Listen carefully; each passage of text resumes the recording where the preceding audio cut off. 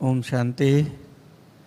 हमारे बीच ज्ञान और विज्ञान के धनी आदरणीय डॉक्टर प्रेमचंद भाई जी हैं। आपका हार्दिक स्वागत है। आज आपका विषय है सामूहिक निर्णयों की व्यवस्था में भूमिका।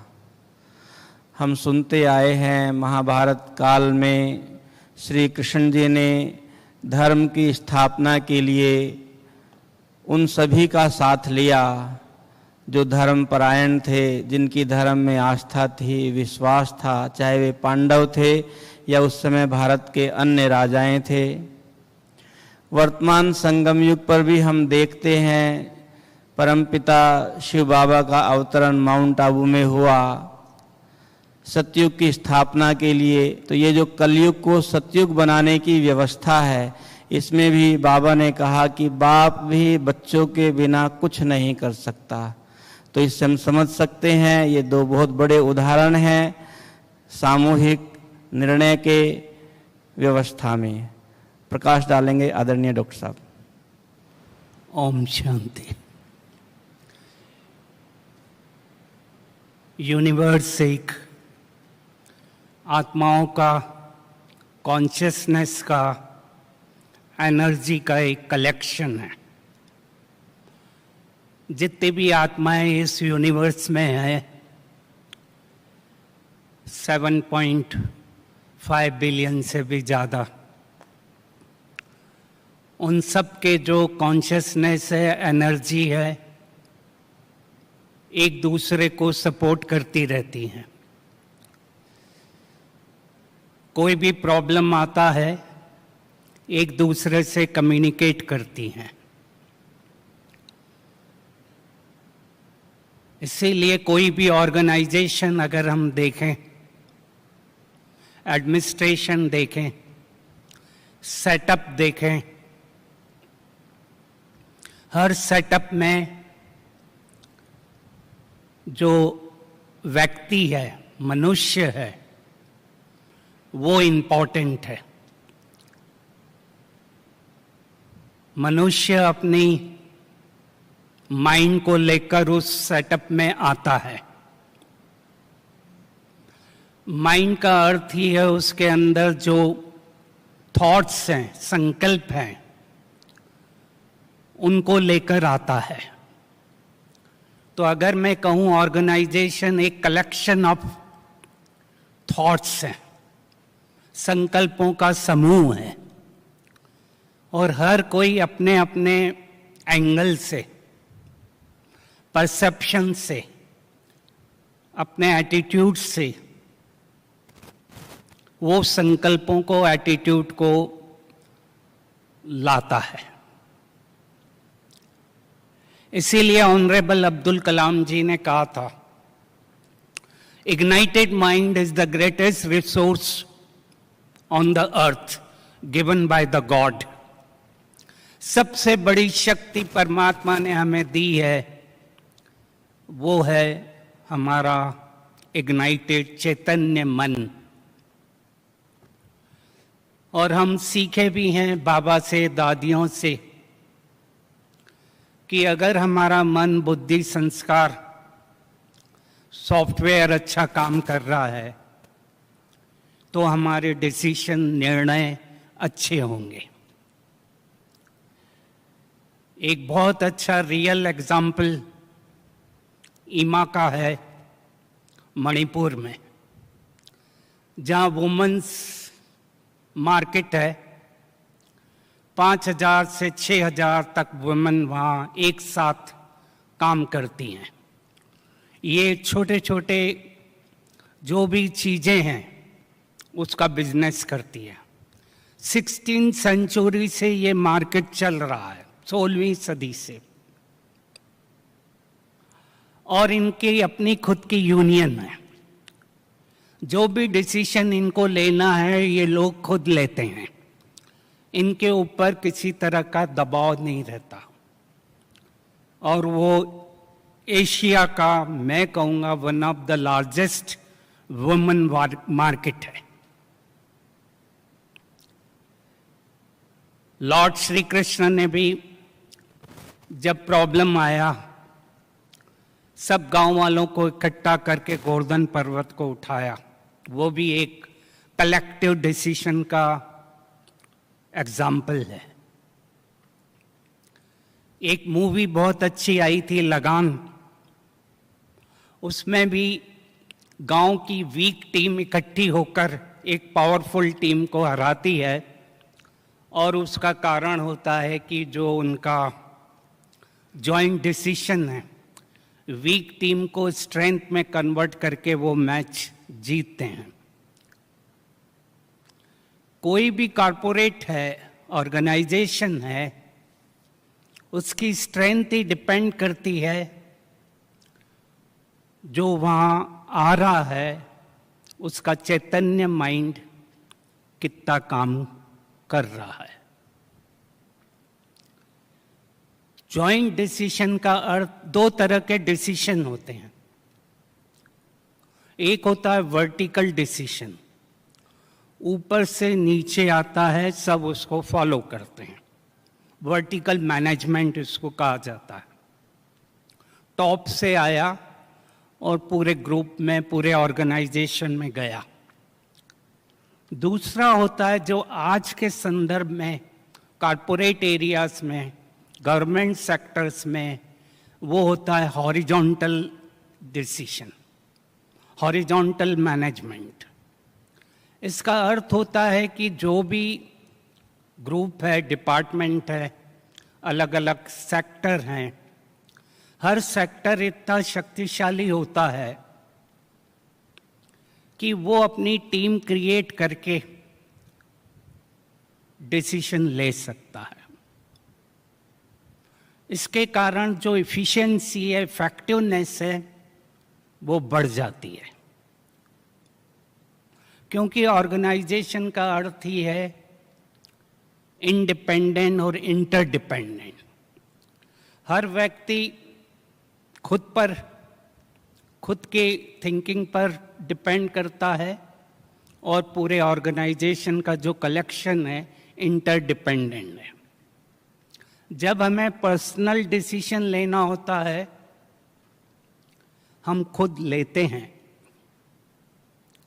वो डिपेंड करता है मेरा खुद का थिंकिंग पावर कितना अच्छा है। और जब ऑर्गेनाइजेशन सेटअप में आते हैं तो डिपेंड करता है जो हमारे पास टीम है, ग्रुप मीटिंग करते हैं।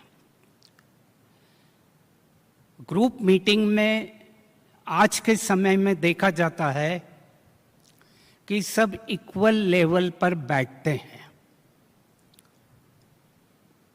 और इक्वल लेवल पर बैठकर ग्रुप्स बनाए जाते हैं।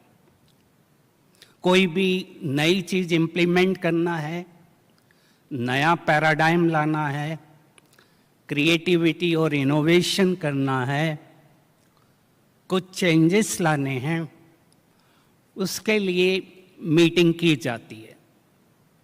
और ग्रुप मीटिंग में जहाँ तक मैंने कॉरपोरेट एरियाज में देखा, छोटे छोटे ग्रुप्स बनाकर बिठा दिए जाते हैं, 10 का, 15 का। और जो प्रॉब्लम है, जो नया चेंज लाना है, सब लोग, हर इंडिविजुअल, हर आत्मा उस पर सोचती है। 10 के 10, 15 के 15 जितने ग्रुप हैं, 5-6 ग्रुप हैं, अलग अलग सेटअप में बैठकर सोचेंगे। क्योंकि सबसे बड़ा काम है सोचना। जब थिंकिंग ब्रेन काम करता है, क्रिएटिविटी आती है। कॉन्शियस माइंड काम करता है तो क्रिएटिविटी होती है। फिर जो ग्रुप्स डिसीजन लेते हैं वो ग्रुप लीडर लिख लेता है और 5-6 जो भी ग्रुप हैं, 6 ग्रुप लीडर आकर फाइनली वो बात को बताते हैं। जो व्यक्ति बैठा है, जो सबके डिसीजन ले रहा है, वो न्यूट्रल होना चाहिए। जैसे जजेस रहते हैं, सब लोग अपनी बात रखते हैं और जजेस फिर अपना डिसीजन देते हैं। वो न्यूट्रल रहते हैं, वो साक्षी रहते हैं, डिटैच रहते हैं, सुनते हैं। इसी तरह से जो व्यक्ति सुन रहा है पांचों ग्रुप्स लीडर्स के, फिर उसमें से कौन सा मेजॉरिटी ने सोचा, क्योंकि अब डिसीजन लेना है। डिसीजन एक तो सभी ग्रुप ने एक जैसा का यूनिमस, और एक होता है मेजॉरिटी ने कहा, और तीसरा होता है फिर वोटिंग होता है कि अगर लगता है डिफिकल्ट हो रहा है तो वोटिंग भी होता है, और उसके अनुसार डिसीजन लिया जाता है किसी भी सेटअप में। जहाँ तक हो, अगर एक ही डिसीजन ज़्यादातर ग्रुप लेते हैं और उसको अप्लाई किया जाता है, इम्प्लीमेंट किया जाता है, वो ज़्यादा फ्रूटफुल रहता है। इसीलिए बड़ी दादी हमेशा कहती थी, और मैं भी सोचता हूँ, ग्रुप मीटिंग के पहले दादी का एक वीडियो क्लिप देख रहा था जो मेरी ही टीम ने मुझे भेजा। मैं भी टीम को फ्लो करता हूँ, और टीम फ्लो करके हर कोई सोचता है और मेरे को फिर भेजता है। तो मैंने वो वीडियो क्लिप देखा। बड़ी दादी कह रही हैं हर एक को टी और कॉफ़ी पीने की आदत है, पीते हैं, तो मीटिंग में आने के पहले वो टी और कॉफ़ी पीकर बैठो। कौन सी टी? दादी ने कहा प्योरिटी, प्योरिटी की टी, रियलिटी की टी, रॉयलिटी की टी, ऑनेस्टी की टी, रिस्पॉन्सिबिलिटी की टी, और यूनिटी की टी। यूनिटी एंड प्रोडक्ट है।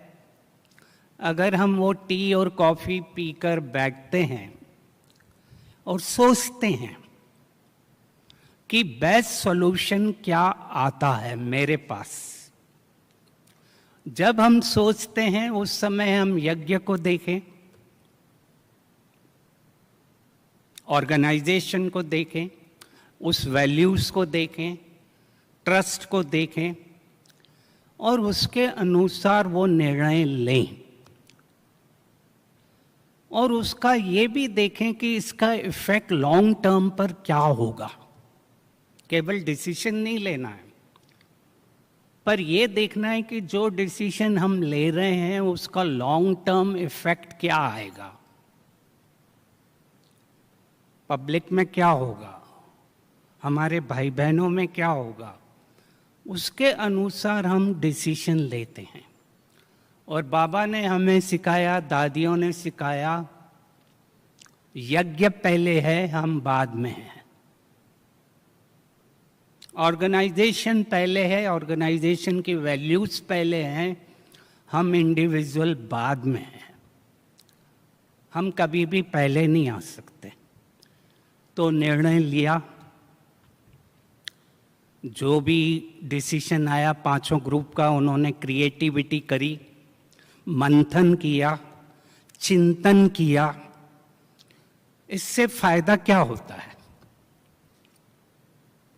ज्वाइंट डिसीजन का फायदा और नुकसान भी होते हैं। इंडिविजुअल डिसीजन के भी फायदे और नुकसान होते हैं, पर ज़्यादातर जो फायदा ज्वाइंट डिसीजन के रहते हैं, हर व्यक्ति को, हर आत्मा को लगता है मैं भी पार्ट हूं ऑर्गेनाइजेशन का, क्योंकि उसको डिग्निटी फील होती है। ये सबसे बड़ा कैरेक्टर होता है। अगर मैं डिग्निटी फील कर रहा हूं, ऑर्गेनाइजेशन मेरा है और मेरे को फ्रीडम दी गई है, मैं पार्टिसिपेट कर रहा हूं, ये बहुत बड़ा कैरेक्टर होता है। बाहर के ऑर्गेनाइजेशन में भी यही ट्रेंड दिया जाता है, जितनी मैंने देखा, अटेंड करी।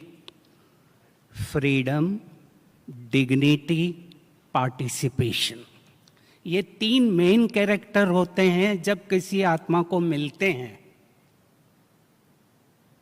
तो वो आत्मा की सेल्फ वर्थ बढ़ती है।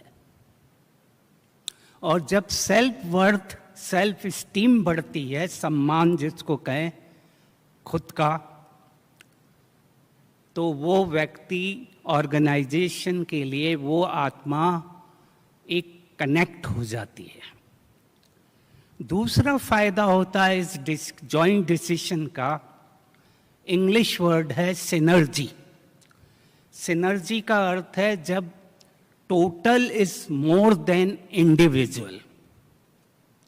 जो टोटल डिसीजन है वो एक से ज्यादा है। जैसे कहते हैं ना 1 1 11, 1 और 1 11 हो गए।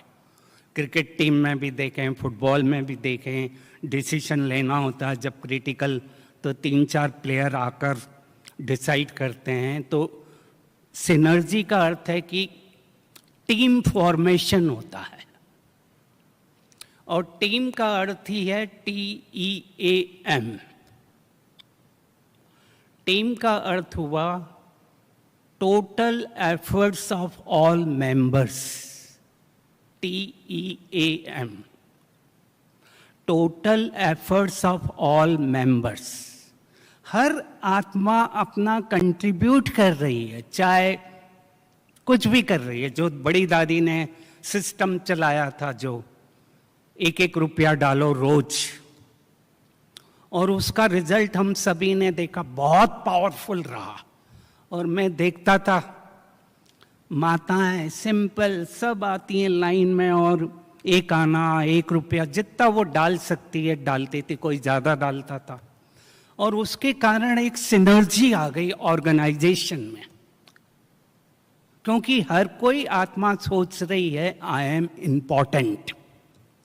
और ये ह्यूमन साइकोलॉजी का सबसे इम्पॉर्टेंट कैरेक्टर रहता है कि आई एम इम्पॉर्टेंट, मेरी सेल्फ वर्थ है, ऑर्गेनाइजेशन मेरे को पूछ रहा है, मेरी डिग्निटी है।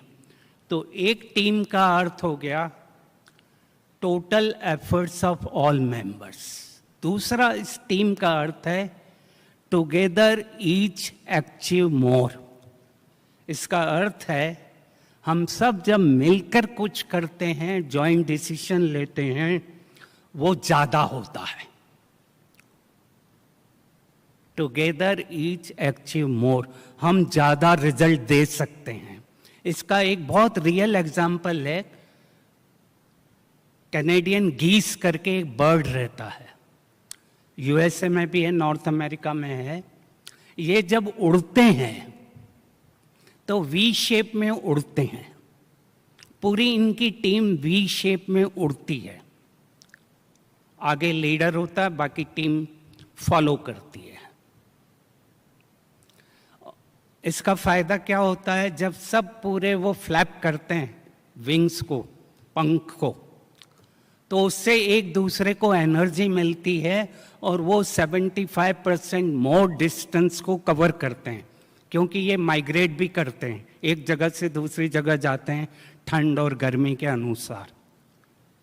और एक साथ जब ये करते हैं तो इनके पंखों की शक्ति बढ़ती है और इनका डिस्टेंस कवर ज़्यादा हो जाता है। दूसरा, ये इसका आजकल लीडरशिप में सिखाया जाता है और बड़े बड़े स्पीकर इस पर बोलते हैं, गीस से क्या सीख सकते हो। दूसरा, इसका जो लीडर आगे रहता है, वी शेप में जा रहे हैं, एनर्जी सिनर्जी हो रही है। दूसरा फायदा ये रहता है कि जब टॉप आगे वाला लीडर थक जाता है, टायर्ड हो जाता है, तो वो अपने आप पीछे आ जाता है और नया लीडर टेक ओवर करके आगे ले जाता है। ऐसे वो उनके लीडर चेंज होते रहते हैं। जो थका वो पीछे आया, पीछे से उसको एनर्जी मिली और नया लीडर आगे आया। चेंजिंग स्ट्रेटजीज, क्योंकि मैच तभी जीता जाता है जब आपकी युक्तियां, स्ट्रेटजीज अच्छी हैं। स्किल्स 20% सफलता देती है, स्ट्रेटजीज 80% सफलता देती है। स्किल्स कितनी भी अच्छी हो पर स्ट्रेटजीज नहीं है, युक्तियां नहीं है, तो 80% वहां से आती है। और इन बर्ड्स से ये लीडरशिप सीखते हैं कि गो ऑन चेंजिंग, किसी का ईगो हर्ट नहीं होता, चलते रहते हैं। क्योंकि जॉइंट डिसीजन का सबसे बड़ा प्रॉब्लम जो है, डिसएडवांटेज है, आता है, वो तब आता है जब हम क्रेडिट लेने की कोशिश करें। मैंने किया, मेरा डिसीजन ही ठीक है। हम अपने ओपिनियन पर, डिसीजन पर अटैच हो जाते हैं, वहां प्रॉब्लम आता है। मैं ही राइट हूं, वहां प्रॉब्लम आता है। जहां ये मैंपन आया, ईगो अटैच हुआ, वहां प्रॉब्लम आया। इसलिए बड़ी दादी हमेशा कहती थी, मूल्यों में भी हमने पढ़ा, बालक सो मालक। आपने अपना दिया, जो भी आपको डिसीजन देना है उस ग्रुप में, फिर डिटैच हो जाओ, बालक बन जाओ। मालिक बनकर दिया और फिर बालक बन जाओ, न्यारा और प्यारा। फिर मैं डिटैच और ऑब्जर्वर बन गया कि मेरा डिसीजन लिया जाएगा कि नहीं लिया जाएगा। लिया गया तो ठीक है, नहीं लिया गया तो भी ठीक है। तो ये गीज की खासियत रहती है कि वो चेंज करते रहते हैं और इसके कारण इनका बहुत आगे तक जाता है। इनकी हर लीडर की एनर्जी पावरफुल रहती है। तो कभी भी हम अपने डिसीजन को, अपने निर्णय को, ओपिनियन को अटैच नहीं करें। मैं ही राइट हूं, मैं ही कर सकता हूं, वहां प्रॉब्लम आता है। मैं एक पढ़ रहा था जब लीडरशिप कैरेक्टर के ऑर्गेनाइजेशन में, तो उसमें कहा कि किसी भी ऑर्गेनाइजेशन के कन्फ्लिक्ट, प्रॉब्लम कहाँ से आते हैं, मेजर प्रॉब्लम। एक था कि जब मैं ही राइट हूं, आई एम राइट, तो ईगो टकराते हैं और सूक्ष्म संकल्प चलते हैं। दूसरा रहता है जो हम वोकल कार्ड का यूज कर रहे हैं, बोलने वाला, जो यहाँ पर लगा हुआ है, और आप देखेंगे वोकल कार्ड गले के बीच में लगा हुआ है। हेड और हार्ट सेल्स का डिस्टेंस इक्वल है।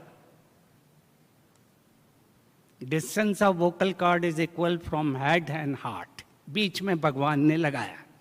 क्यों लगाया? जब बोलो, सोच कर बोलो और प्यार से बोलो, हेड और हार्ट का बैलेंस हो। इसीलिए मीटिंग में बाबा ने क्या किया, टीम क्रिएट करी, बहनों की, भाइयों की, सबकी करी, और सबका इम्पोर्टेंस दिया। माताएं हैं, उनका भी इम्पोर्टेंस है। और इसीलिए जब जॉइंट डिसीजन लेते हैं, ग्रुप बनते हैं, उसमें भाई भी हैं, माताएं भी हैं। तो मैं सोच रहा था ऐसा क्यों किया बाबा ने। तो मेरे पास जो आंसर आया मेडिकली, कोई लोग left hemisphere of the brain का ज़्यादा यूज़ करते हैं, लॉजिकल, और कोई right hemisphere of the brain का ज़्यादा यूज़ करते हैं, इमोशनल, लिम्बिक। तो एक लॉजिकल, एक इमोशनल, हर एक का अपना अपना सेटअप रहता है, परसेप्शन रहता है, उसके अनुसार वो सोचता है और डिसीजन लेता है। तो बाबा ने क्या किया, दोनों ग्रुप्स को, माताओं को, बहनों को ज्वाइन किया। तो क्या हो गया, दोनों के डिसीजन जो भी आएंगे, निर्णय आएंगे, लेफ्ट वाले भी आएंगे, राइट वाले भी आएंगे।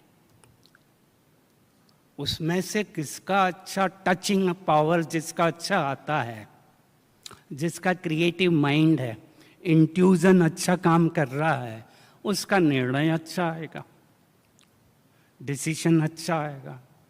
तो इसीलिए बाबा ने जो ग्रुप बनाए, टीम बनाई, शुरू में देखा दादियों की, फिर बहनों की, तो इक्वल किया।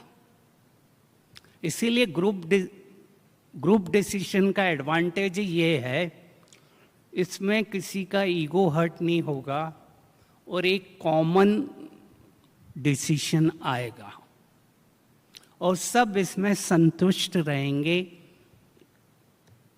सेटिस्फाई रहेंगे।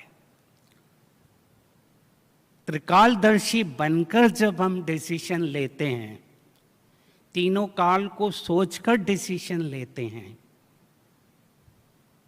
तो वह अच्छा ही आएगा। तो मैं समअप करता हूं, इंडिविजुअल वर्सेस जॉइंट डिसीजन में,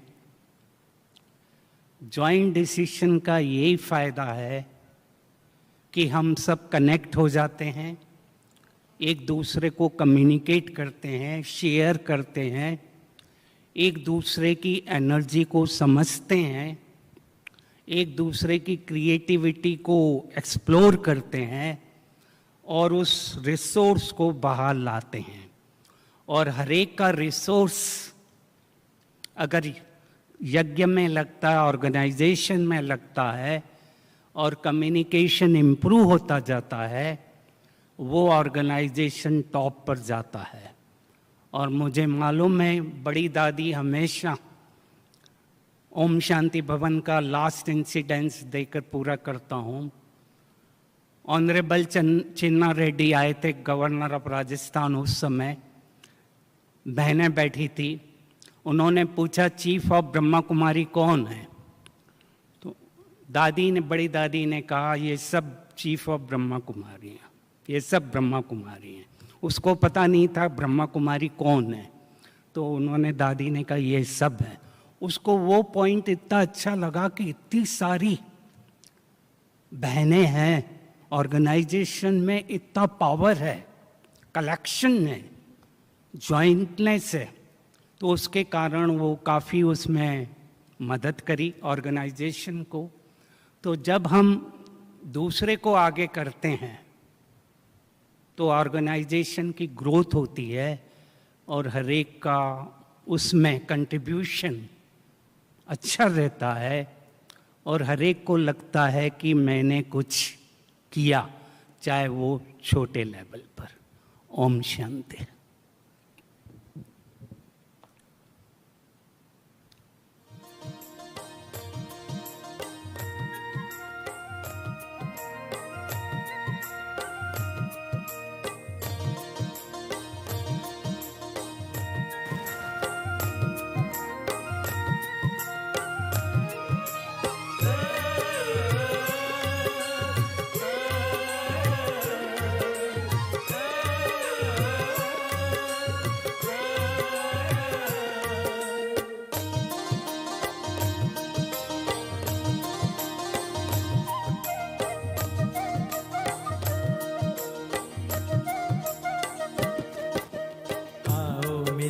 बनाएंगे ऐसा एक नया जहां। आओ मिलकर बनाएंगे ऐसा एक नया जहां। सुख शांति भरी होगी धरती, सुख शांति भरी होगी धरती, मुस्काएगा आसमान। आओ मिलकर बनाएंगे ऐसा एक नया जहां।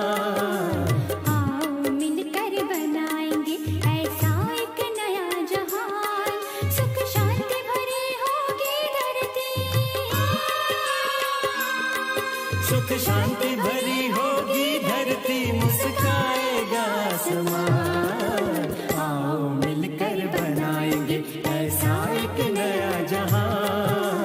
आओ मिलकर बनाएंगे।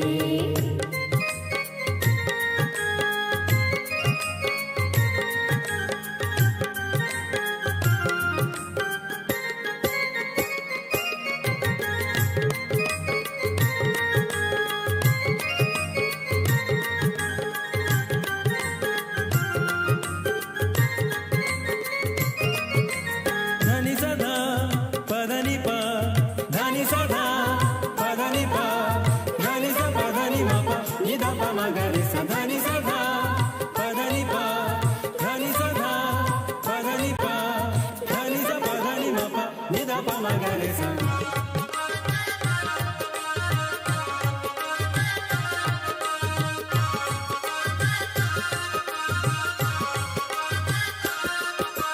रंग खुशी का इंद्रधनुषी दिशा दिशा में छलकेगा नव प्रभात का नव प्रकाश फिर दूर गगन तक फैलेगा